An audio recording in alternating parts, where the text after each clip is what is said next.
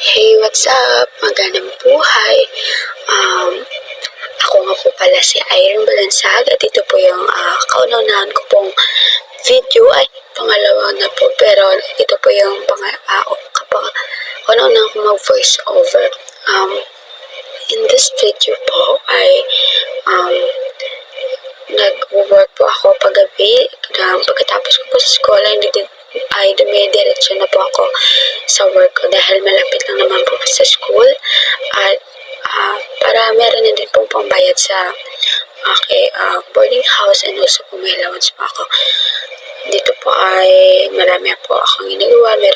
Isa pa akong cashier dito sa grocery store kung saan dito po matatagpuan sa Cabancalan City.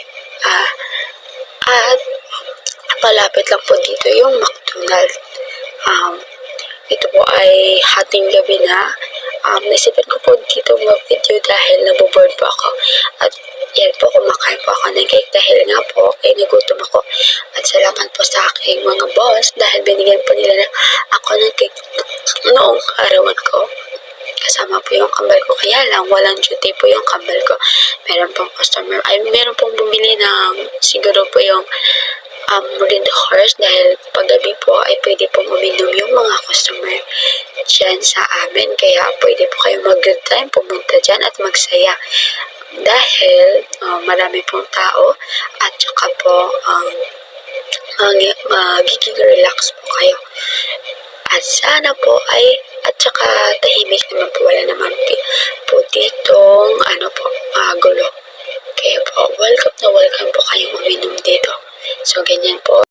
So, ayan po, kaya punta na po kayo dito at pumili po ng mga foods at saka marami po kami ditong pagpipilian. So, yan po, may pumili at meron pong customer.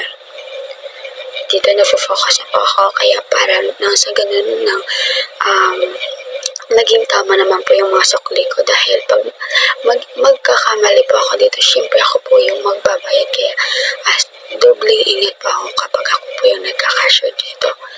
Kaya mga sir, mga ma'am, thank you so much sa pagbili po dito dahil meron po kaming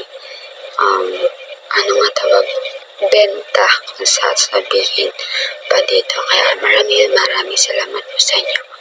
So, sana po makapunta po kayo dito. Kaya enjoy. Thank you po.